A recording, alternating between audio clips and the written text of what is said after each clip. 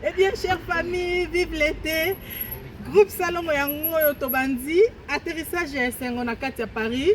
Et l'Ikoloba monteur, ça tourne. Là, tozo bandaba tournage pour nous se sabino bato bolinga rabiso. Tozo na RTNC 2 et belé ba ebinonte oui, tozo ngeli maison mère.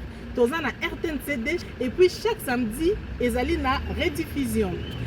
Chaque jeudi, lundi, mardi, Erno Sokolingi, Olanda Biso na groupe Salongo TV plus. Beaucoup de série à Sika, Oloto Sali, Biso News au grand complet.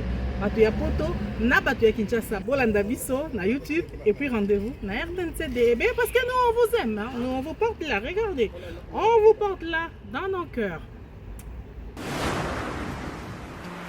Bita papa mboka ndalo bia alliance lancela akende kuna bakende ko chela soki nini na atuta na soki ndenge nini abuka na asa soki nini akoto hospital poto bebisa makamunyo surtout papa ata yo moko nebiso ndenge ozawana yaka kaka siko mango oya ko bongisa cuisine na ngai yengo Kongo ngo pe koton ko kenda ka butu bato bazokima nini pasi nyango pendeza na Kongo o bato bazokima na kuma mona na mariage bakoma kusenga ba bijoux bakoma kusenga soki ba voiture bakoma esa nini nango mais na situation où tozolo ba tuer là ngana za témoin ya makambo ya kutoleki la papa yo témoin ba ndoki wana makamba sali papa la kisaka bango mama okolo bananga boy tozo manquer nga respect oh oui ozuli yango bongo oui non tozo solo là.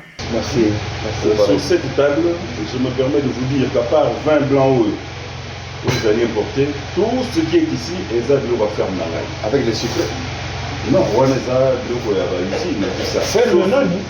Ferme malade. Il y a sécurité. Mais fort, mais il y a la politique. Mais la politique, il y a des sympathies, il y a des conseils.